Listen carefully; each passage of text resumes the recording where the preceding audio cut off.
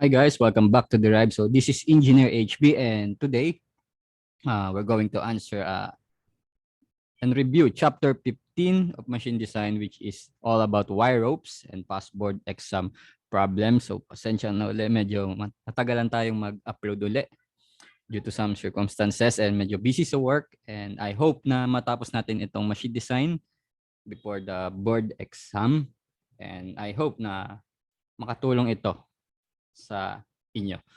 Okay, so let us proceed. And of course, before we're going to answer some password problems, ang nakagawian natin is to review, of course, the formulas and some terminologies that we are going to use.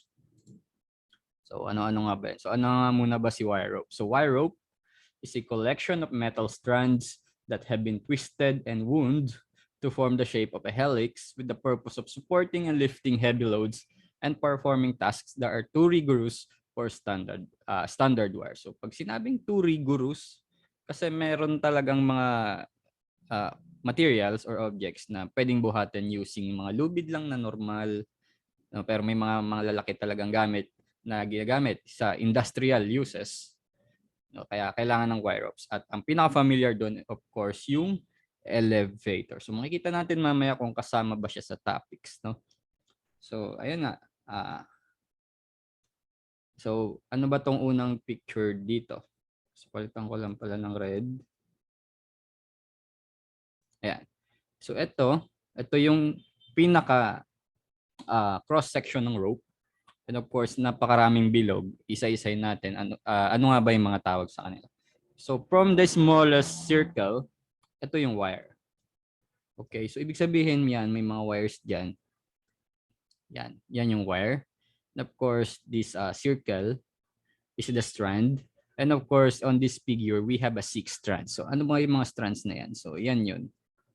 So that was the strand. Okay. Tapos yung wire naman, of course, yung nasa loob ng strand. So if you manually count the number of wires dun sa loob ng strand. So we have 19 here. So this is a sample of 19 wires per strand. Okay, so pag tinanong how many wires, so that was 19 wires per strand times 6 strands kasi 1, 2, 3, 4, 5, 6. So that was the strand and the wire. Of course, yung middle circle, which is the black, yun yung tinatawag na core. Okay? So, of course, syempre, since this is a cross-sectional area of the rope, syempre may involved na geometry dyan, which is, of course, yung diameter. Syempre, usapang circle to, involve yung diameter. So, pwede nating sabihin na itong wire, syempre involved yan sa mga parating na formulas, which is the diameter of wire is represented by dW. And of course, this diameter, ayan, syempre imagine mo makakabuo ka dyan ng circle, di ba? Pero hindi ko na medyo pe-perfectin. Ayan. Of course, the diameter of this is, ayan. Ayan. Of course, this is what you call the rope diameter. That is represented by dr. So, malalaman natin mamaya itong mga letters na ito sa mga parating na formulas. But before that, define muna natin yung ibang terminologies that involved in wire rope topics. So, involved dyan yung word na lay. Siyempre, review na lang ito sa machine design and you are already familiar on this terminology. Lay is the helix or spiral of the wires and strands in a rope is called the lay. So as you can see on this picture, yung pinaka-spiral niya or helix ng mga wires na yan, yung tinatawag na lay. And there are two types of lay. What is that? So that is the regular lay and the lang lay. Teka, palitan natin ng red. So the regular lay and the lang lay. Siyempre, sa regular and lang, meron silang right and left. So ano nga ba yung pinagkaiba ni regular at ni lang lay? So pinagkaiba ni regular at ni lang lay is regular lay means that wires in the strands are laid opposite in direction. So ito yung keyword, opposite in direction. So makikita mo naman on the figure, ano talaga pinagkaiba ng regular and lang? Yung strands daw are laid opposite in direction. So this is your regular lay, opposite in direction daw yung wires ng strand, pati ang long lay naman, sabi, means that wires are laid in the same direction. So malay nyo, lumabas sa board exam to, di ba? The regular lay and the long lay. So that was 2 points agad. So pag nabaliktad mo, so -2 pa agad sa score. And +2 ka naman pag nasagot mo. So that was only the simple difference between these two types of lay. Opposite in direction, si regular, and si long is same direction. So ang sabi dito sa dulo, most of the wire rope used is right lay, regular lay. Okay, so yun daw pinakagamitin, which is the regular and right lay. So that was right regular lay. Of course, this circle again is a cross section of a wire rope. So we have a designation that is called A by B. So A is the number of strands, which is kanina meron siyang 6. So in this figure meron siyang uli 6. And B is the number of wires per strand. So 1, 2, 3, 4, 5, 6, 7, 14 plus 5, 19. So this is also a 19 wires per strand. So kayo na bahala magbilang isa-isa uli. And dako tayo dito sa 1 inch by 1 inch 6 by 19 MTS. So ano nga ba ang designations nitong numbers and letters na to? So yung A by B dito kanina, ito siya. So this is the number of strands, so 6 na bilog inside the rope diameter. And the 19 is the number of wires per strand. Ngayon, ano naman tong 1 inch? So that was the rope diameter. So parang yan yung kaninang dinrawing ko, which is yan, rope diameter. So that was the 1 inch. So 1 inch 6 by 19. Your 1 inch is your rope diameter. Number of strands is 6.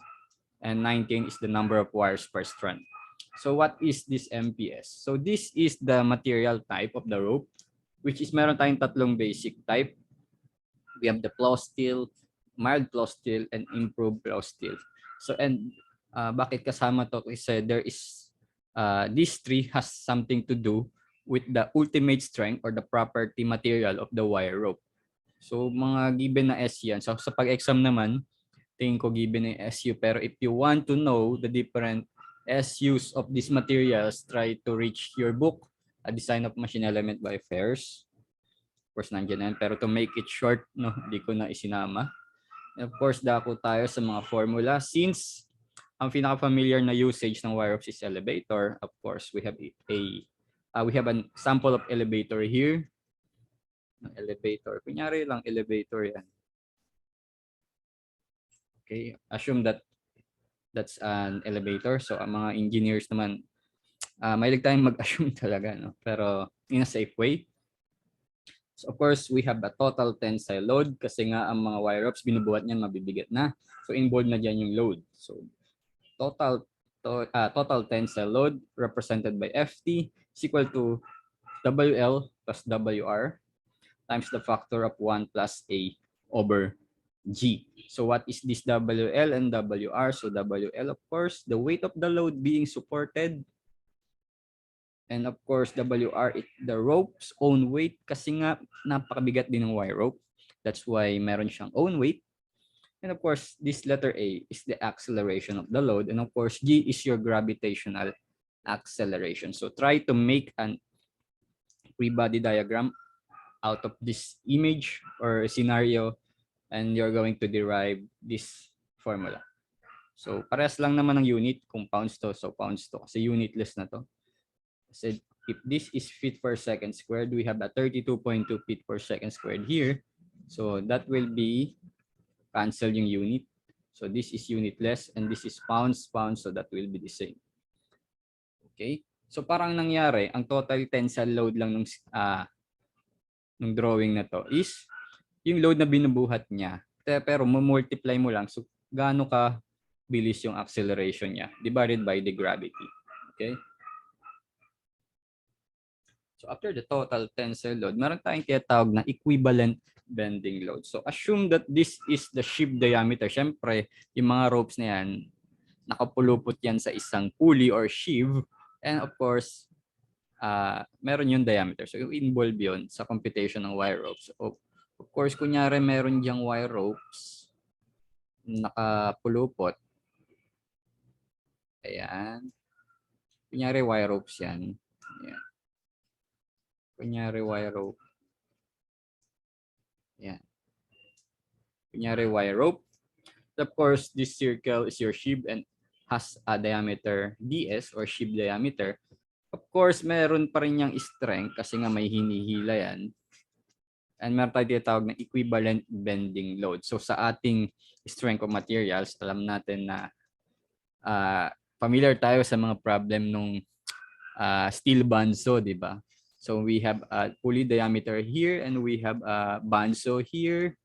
No, may thickness yung bandsaw, may diameter yung pulley. So similar din ito sa scenario here. So ibig sabihin, may equivalent bending load itong rope na ito. And that involves the sheave diameter, which is ds, at yan napapasok yung wire diameter. Kung kanina may rope diameter, ito naman may wire diameter. Again, ang ating wire ay nasa loob ng isang strand, which is marami yan. Kanina ang sample is 19 wires. So this is your wire diameter. So bida siya sa pag-usapang equivalent bending load. And this formula is derived, no, kung familiar din kayo sa bending stress na sa what you call that, sa strength of materials. So our equivalent bending load is equal to E times dW over ds times AM. So your E here is the modulus of elasticity of steel. Of course, that was 30 times 10 raised to 6 psi. And of course, this metallic cross-sectional area of the rope. So guys, kapag walang given na saktong value ng metallic cross-sectional area of the rope sa board exam or sa isang certain problem, just assume AM is equal to 0.4 dr squared. So dr is your rope diameter. Pag sinabing dr, that was rope diameter. So sa designations ng 1 inch, 6 by 19 MPS, again, this is your rope diameter. So the unit analysis, of course, this ratio of two diameters, of course, cancel ng unit. Of course, meron kang PSI dyan or pounds per inches squared. Matik, ang cross-sectional area mo is inches squared. So cancel both sides. I cancel both inches squared. So matitira is pounds. At syempre, usapang load. Of course, that was pounds. And syempre, hindi mawawala ang factor of safety. Of course, in terms of the design, kaya nga machine design, hindi mawawala ang factor of safety para kahit pagdaanan niya ang ilang stresses na naka-assign sa kanya, at dahil nag-design ka with the factor of safety, so it will not break, lalo na itong wire ropes. So what is this factor of safety? So meron tayong dalawang factor of safety na tinatawag in terms of wire ropes. We have this static approach. Sinulat ko na lang, di ko pala nalagay. And this is for the fatigue approach.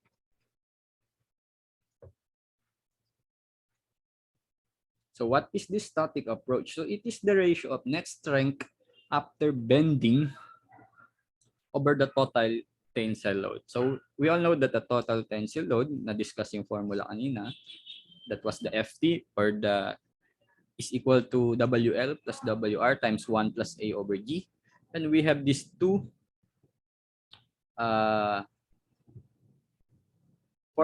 we have this two load here on the numerator, which is the FU and the FB. So this FB, of course, that was the equivalent bending load kasi nga net strength after bending. And this FU is talking about the breaking strength.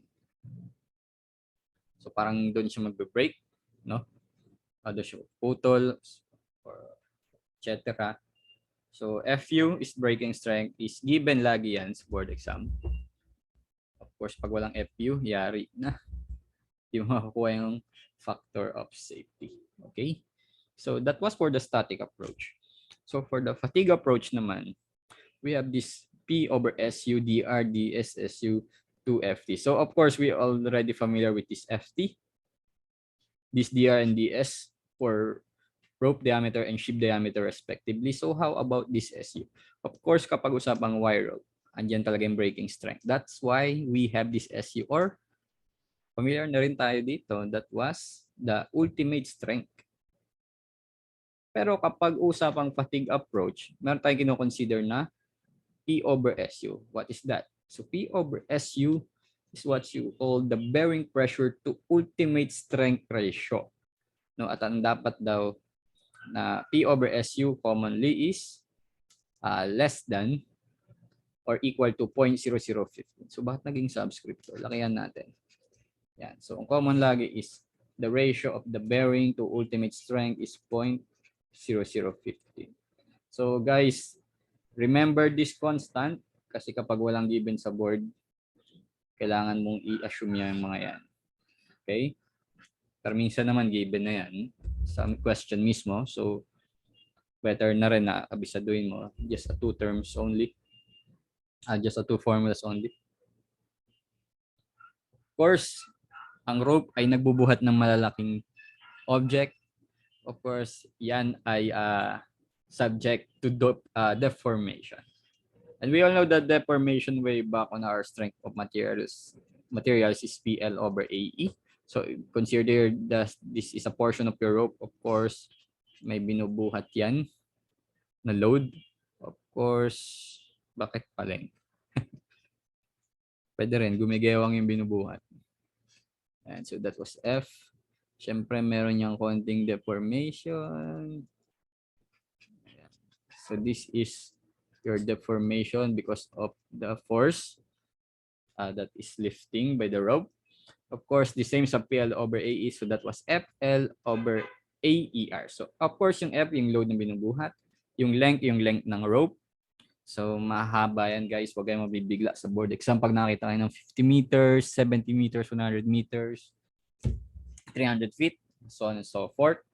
Of course, this AR, kanina ay na-discuss na, or AM, that was the metallic cross-section, which is, ang sabi ko kanina pag walang given, use the 0.4 dr squared. And dito naman sa ED, this is also of, modulus of elasticity, but not the modulus of elasticity of steel, but nung mismong rope. Pero syempre, minsan naman steel talaga yan. Pero sa table kasi ang pinakagamitin talaga is 12 times 10 raised to 6 PSI.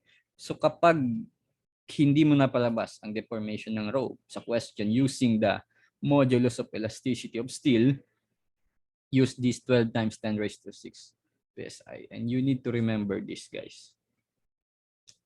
Okay. So ganun talaga sa rope, maraming tatandaan. Of course, kapag may deformation, we have the strain energy. And that was easily the 1/2 of the load and the deformation. So same sa strain energy ng spring, di ba?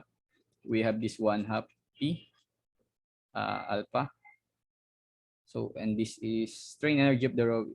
That was 1/2 times load times this deformation.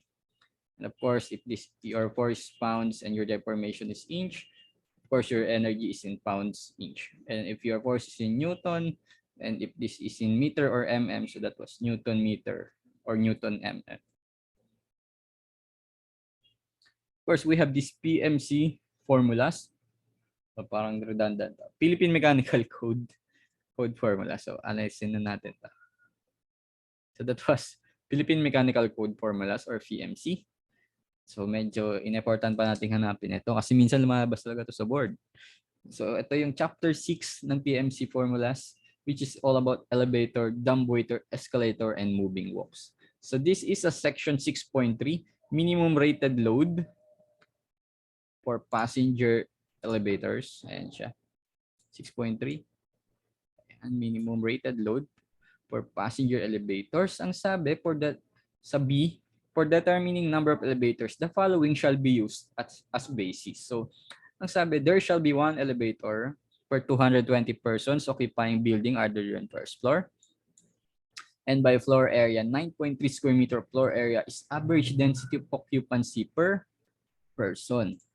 So, ang ibig sabihin, kapag tinatanong sa board, how many persons can occupy a certain area? So, this will be AF over 9.3. At ang kailangan dyan, guys, is your floor area should be in square meter. Kasi nga 9.3 square meter itong nasa number 2.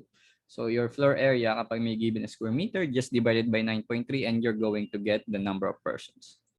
Of course, in order to get the number of elevator, ang sabi sa number 4 ay number of person divided by 220 is your number of elevators. Okay? Number of elevators, P over 220, which is P is your number of persons. Okay, so this is an interesting topic kasi you need to remember some constants, pero napakalaking ambag, no, or distribution kasi wire ropes talagang medyo labasin ito sa board exam, kagaya ng mga flywheel, ng clutches, ng simple stresses. Okay? Pati pala spring, labasin sa board exam. Where F is the floor area square meter and P is the number of persons. Of course, dito pa rin tayo sa PMC. So we have this so-called the rated load. Andito pa rin tayo sa section 6. Sabi, the maximum rated load. So sa maximum rated load, we have two formulas. Meron tayong dalawang formula dyan. Ang formula dyan ay nakakilo lahat. Tapos, ang mangyayari dyan,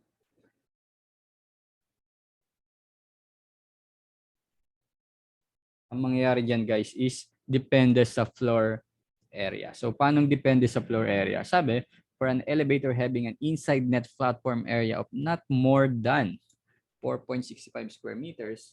So, if area is less than or equal to 4.65, so we have this, W is equal to 35.10. A squared plus 326.224A. So, wala akong mnemonic dito or word pattern na may ambag. So, guys, sa ngayon, kayo muna bahala kung paano nyo makabisa yung formula na yan. At kung nakita nyo namang medyo layo-layo ang value sa multiple choice, so, pwede nyo naman tandaan siguro yung 35 lang, no? Tsaka yung 326. And the rest will, ano na lang yan, magkakatalo na lang sa decimal yan or ay whole number pero konti lang. Okay? So just a little advice lang, no? Kung medyo nakalimutan mo, ang mahalaga, wag mo kakalimutan yung 35 and 326. But of course, if our area is more than 4.65, so we have this W is equal to 2.458A squared plus 611.36A minus 621.4. Okay. So guys, kayo na wala mag-alala niyan, ha? Malay mo lumabas yung dalawang yan, 2 points agad yan. Okay.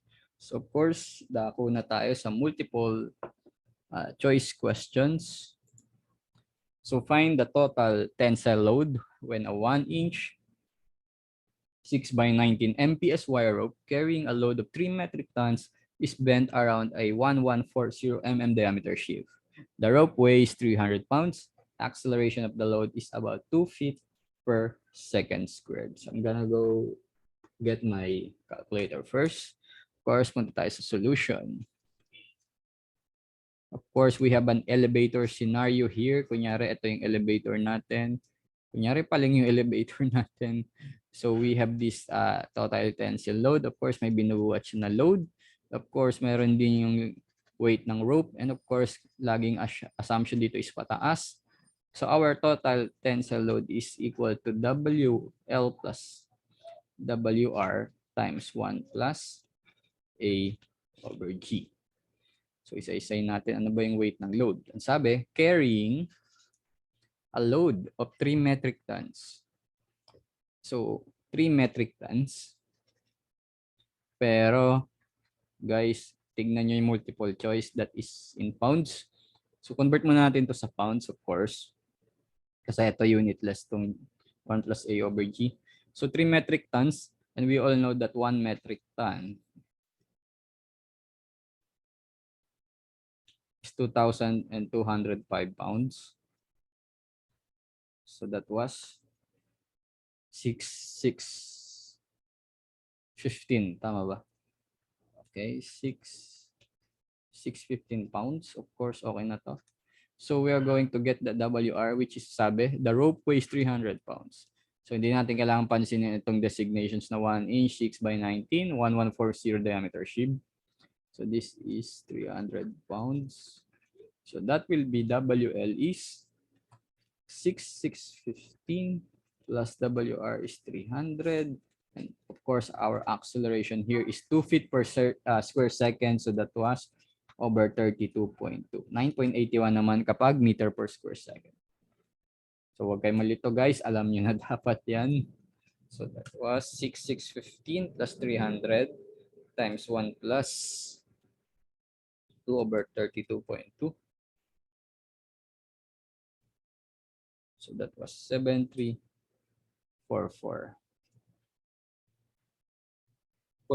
pounds.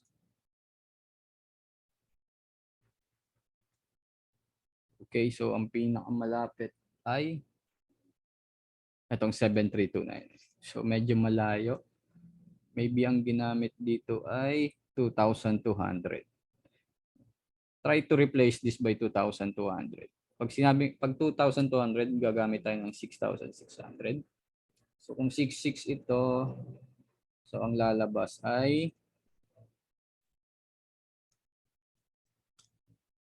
7,327.85. So ito yun. Siguro 66 ang ginamit. Pero kahit ano pa man, ito lang yung may line of 7. So the correct answer is letter D. Okay, so nakaisa na agad. So number 2, calculate the equivalent bending load of rope from the above problem. Use the following proportions. dW is equal to 0.067 dr. ds is 30 dr. Highlight natin para makita.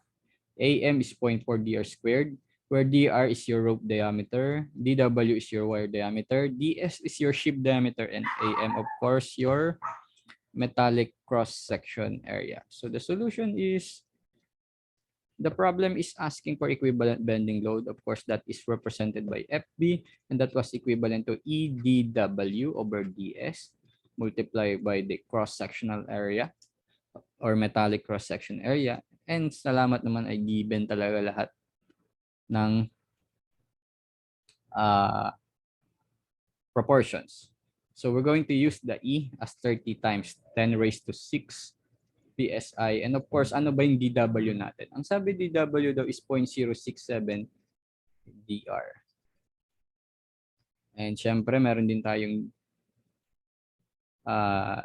DS, which is ang sabi 30 dr. So cancel agad si dr here. And of course, we have AM as 0.4 dr squared. At ano nga ba yung dr natin? So based sa problem, ang sabi, di ba, from the above problem, so baka hindi nyo ito basahin guys, wala kayong babasihan ng rope diameter. So sabi, 1 inch 6 by 19 MPS. Of course, matik, this 1 inch is your rope diameter. So that was 1 inch. Ito ay magiging 1 inch. So overall, 30 times 10 raised to 6 times 0.067 divided by 30 times 0.4. So that was 26,800 pounds. Okay. So correct answer is letter D again, 26,800 pounds. So find the static factor of safety of the wire rope in the above problem if its breaking strength is 31.6 tons. So ibig sabihin guys, magkakasama pala itong problem na ito. So one problem, many question.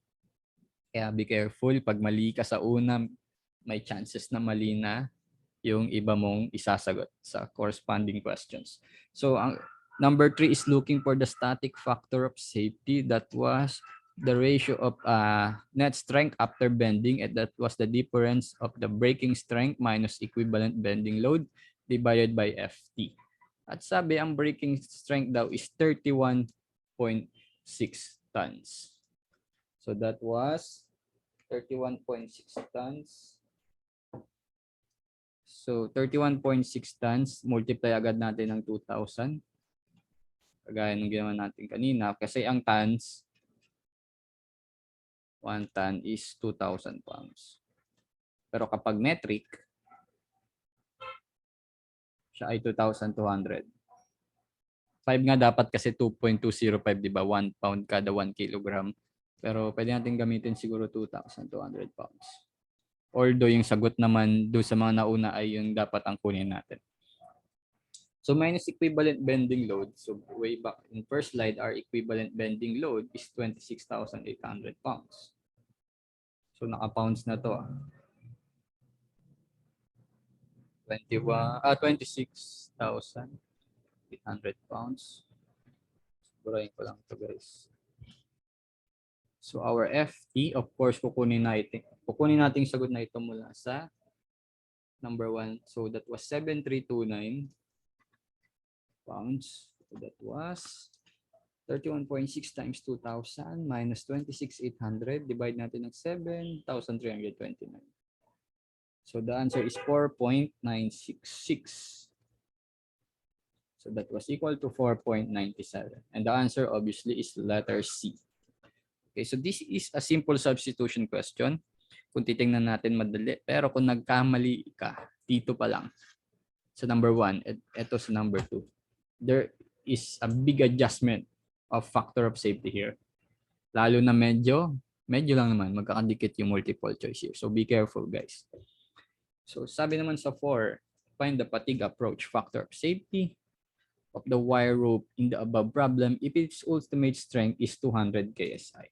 So we have this factor of safety for fatigue approach that is equal to the ratio of bearing strength to ultimate strength times dr times ds times the ultimate strength alone divided by twice of your FT. And FT is already available. DR and DS is available on the number 2 given the following proportions. And of course, P over SU, sabi ko nga kanina kapag walang given, you should use the 0.0015. Of course, we have SU na given here. Sabi nga ultimate strength is 200 KSI. And we're going to use the PSI, of course. So that was 200,000 PSI. Okay. So substitute. So that was 0.0015. Our DR kanina is, if I remember, is 30 DR. So para sure, balikan natin. So that was 30 DR. So times 1. Kasi DR natin is 1 inch, 6 by 19 MPS.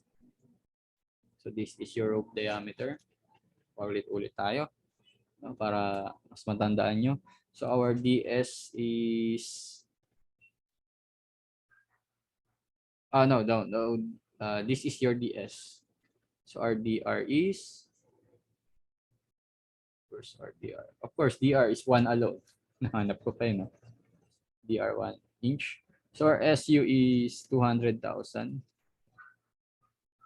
And all over twice ng 77. Ano ba yung kanina? 7,329. Ito pala.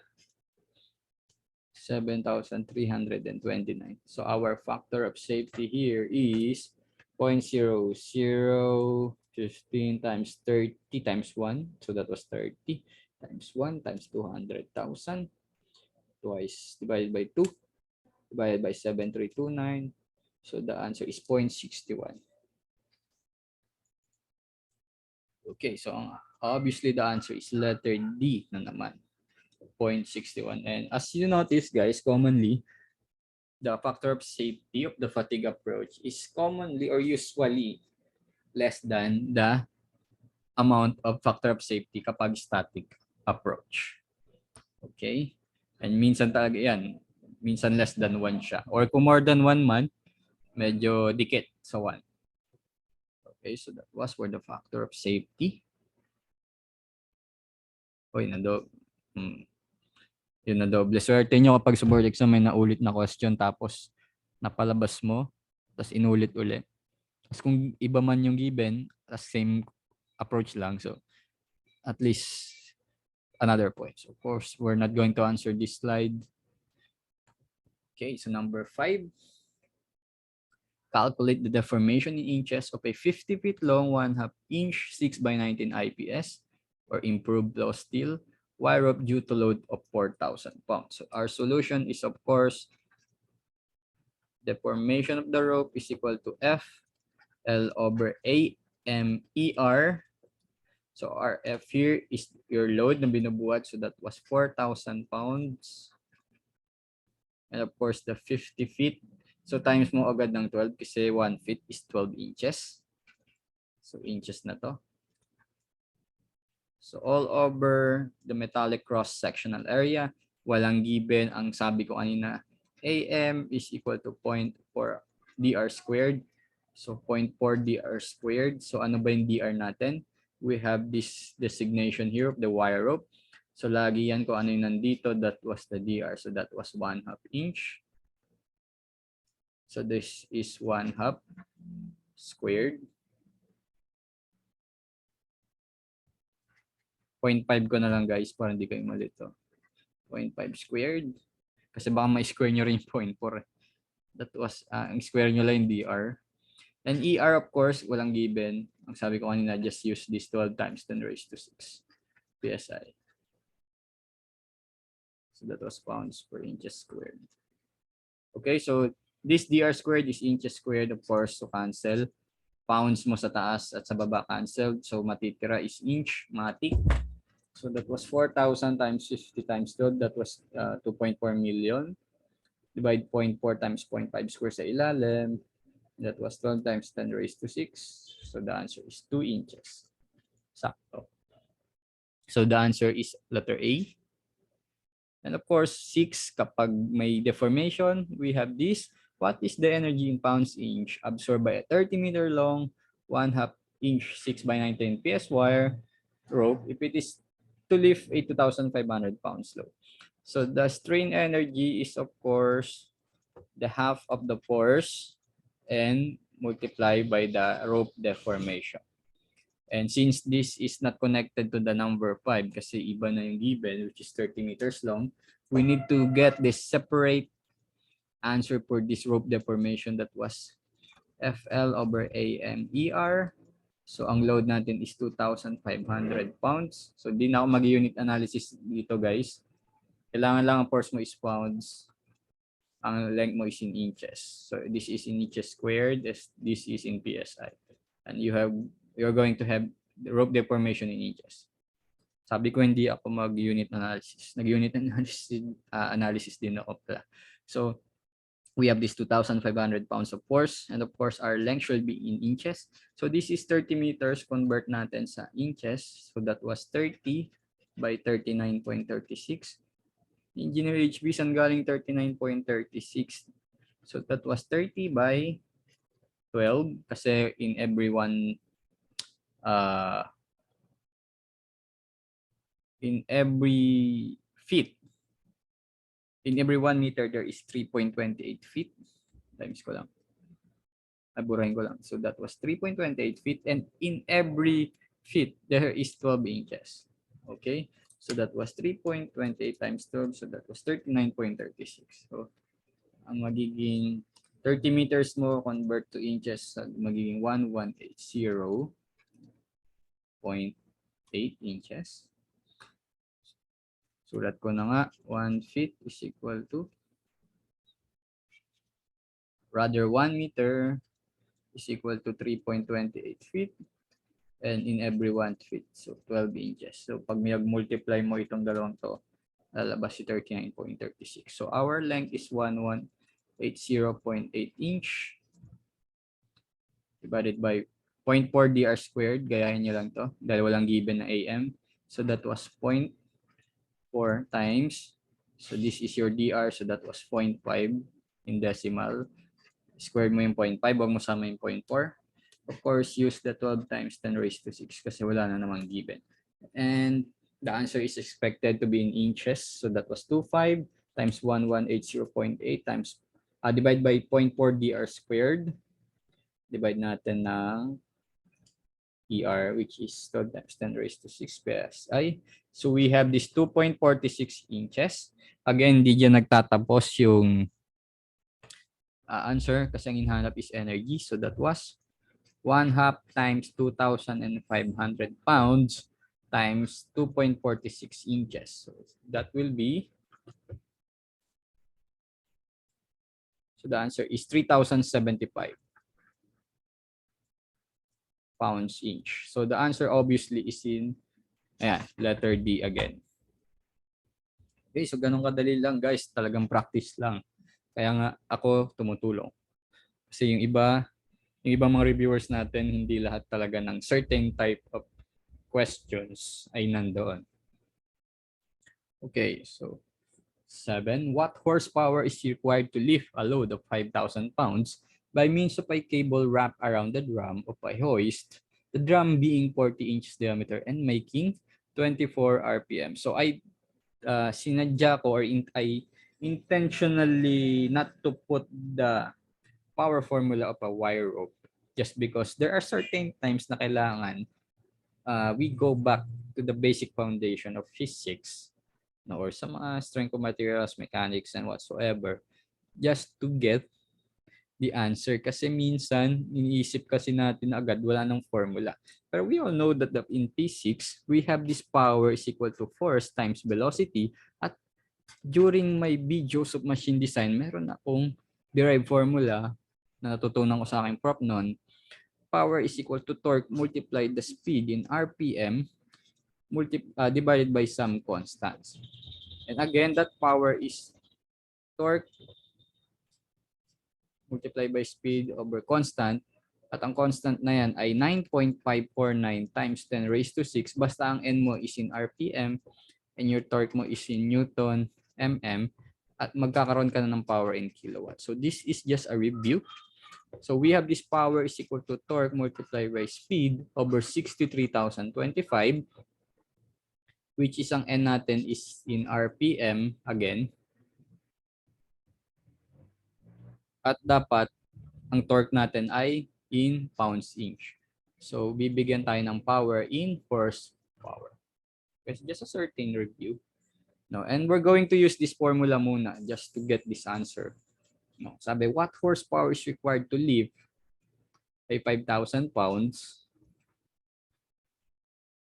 by means of a cable wrapped around the drum of a hoist, the drum being 40 inches in diameter. Okay, and making 24 RPM. Okay, so this is just a substitution problem, direct substitution. So if we're going to use this power formula that involves the torque and the RPM, wala naman tayong torque. Pero this is just a simple scenario which is ang rope is naka-wrap around a drum. No, ibig sabihin, if we have a torque here, of course, may na-involve na force dyan. And syempre, merong involved na diameter. And we all know that torque is simply the force times diameter over 2. So that will be 5,000 given naman parehas times 40 inch over 2. So that was 5,000 times 20. So that was 100,000 pounds inch. Of course, we have an RPM here and pounds inch here. So we're going to use this one. So our power is 100,000 pounds inch. Meron kang 24 RPM. Just divide it by 60,025 and you're going to get a times 24. So that was 38.1 horsepower. So the answer is letter D. So ganyan kalaki ang tulong nitong derived formula ng power is equal to Tn over constant. And constant depends if the scenario or question is pounds inch or Newton mm makuha mong torque. And siguro I will post sometime kung paano na-derive yung formula na yan. Of course, alam natin saan galing yan. Mainam pa rin kung alam mo saan galing, kung ano yung ginagamit mo. Of course, try natin gamitin itong power is force times velocity. Okay. So wala tayong velocity pero meron tayong 24 RPM and we all know that velocity is pi dn. So that was pi times 40 inch times RPM which is 24 RPM So rekta yan, guys. Magiging inches per minute yan. So gawin na nating, divide na natin 12 para maging foot per minute. At makita nyo mamaya kung bakit feet per minute. So that was 251.33 feet per minute. Okay. And we all know that force is 5,000 pounds. So we all know that power is 5,000 pounds times velocity of 251.33 feet per minute. So magkakaroon tayo ng pounds foot per minute. So paano natin ma-convert yan into horsepower? So way back our thermodynamics, in every horsepower, we all know that there is 33,000 foot-pounds per minute. Kasi sa isang horsepower, merong 550 foot-pound per second. And syempre, pag multiply mo yun ng 60, you're going to have 33,000 feet per minute. So, tingnan natin kung paparehas sasagot kanina sa power and torque relationship. So, the answer is 38.08 horsepower. Okay, so dito pa lang guys, may na-contribute na tayong additional knowledge or just a basic knowledge that needs to be reviewed. So parehas ang sagot, 38.1 horsepower. So the answer obviously is letter D. Okay, so this is the last 3 questions that involve the Philippine Mechanical Code or PMC code kanina. So that's a redundant. So that's only a PM code or PMC. So if there are 430 persons occupying the whole building other than the first floor, how many elevators are required? Okay, so in order to know the elevators required kanina, meron tayong NE is equal to P over 220, which is P stands for persons. So if there are 430 persons, just divided by 220, so that was, I think this is less than 2. So that was 1.95. Of course, hindi ka round up pababa. Kasi nga, ang daming tao eh. Tapos titipirin mo. So, of course, that is the closest whole number, which is 2. So, answer is 2. Sabihin, dalawang elevator to accommodate those 430 persons. So, how many persons are allowed in an elevator having an area of 250 square foot? So, the number of persons ay sabi, floor area over 9.3. Dapat ang floor area mo daw is on square meter. And we have a floor area here of 250 square foot. So, just convert it by meter. So, in every foot, there is 3.28.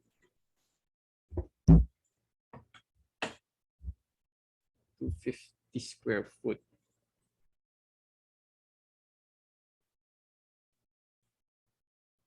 Okay, 3.28 squared, foot squared. Kasi there is 3.28 feet in 1 meter.